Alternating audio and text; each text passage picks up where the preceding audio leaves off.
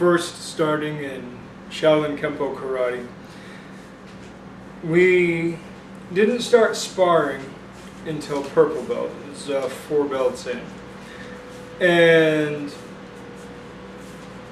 a lot of that is just because they want you to learn some of the basics before you start hurling punches and kicks at people. But the problem is it was point-based sparring. I mean, this is the stuff that we moved away from a long, long time ago in the professional circuits. And I constantly lost at point sparring. I was the biggest kid in the class, and I was a little on the chunky side at first, and I tended to be slower than the other kids.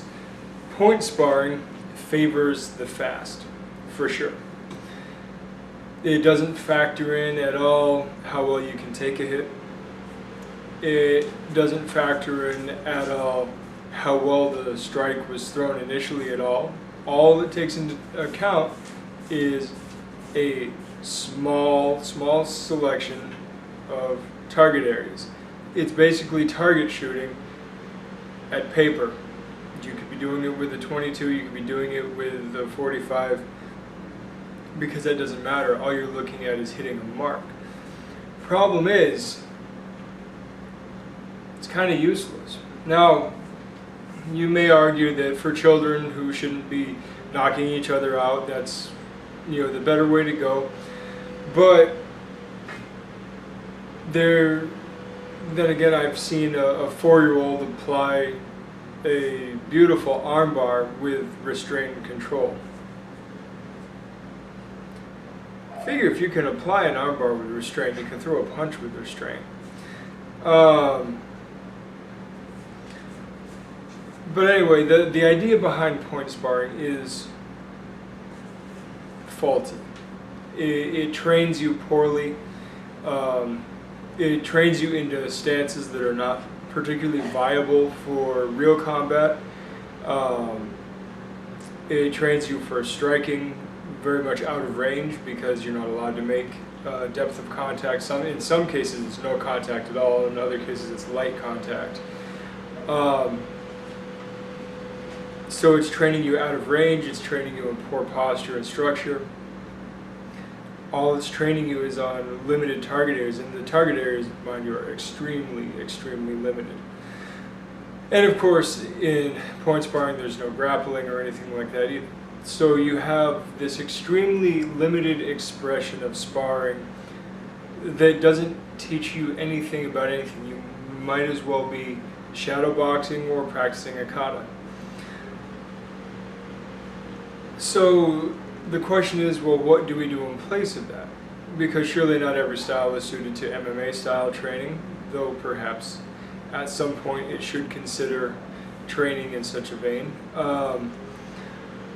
What I've found works well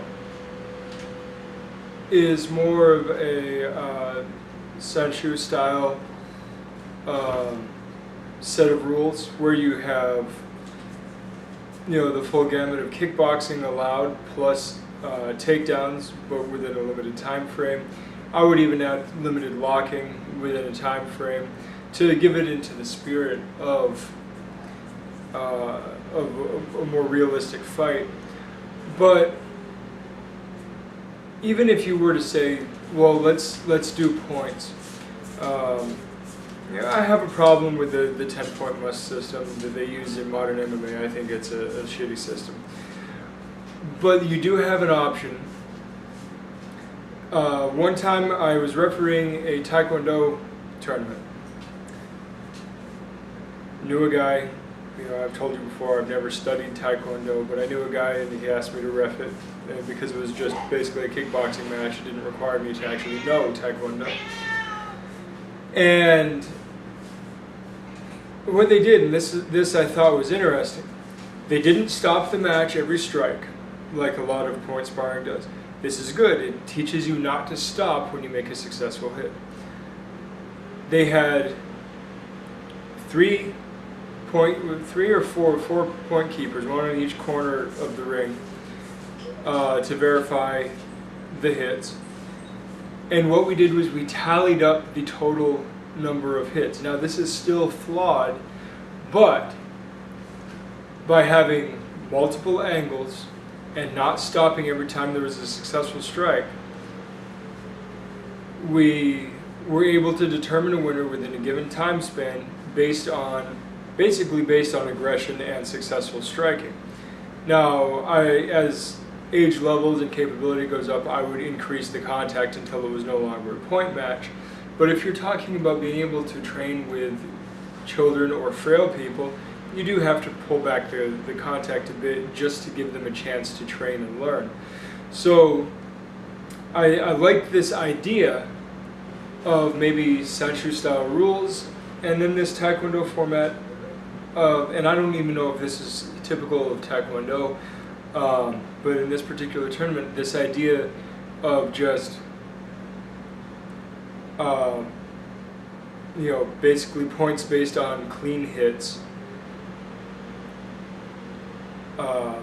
and no stopping the match or anything like that, and come up with a total tally and an average between the judges. I think it's a fair way to do it. It's a fair way to evolve sparring in such a way that it does not force everybody to become an MMA gym, but at the same time allows for more realistic fighting, at least a more realistic fighting cadence. That's all I got for you. It's just the thought of the day. If you're an instructor, I highly suggest you consider, and even please comment what your thoughts are on this. And that's all I got for you. I will talk to you later. Good journey.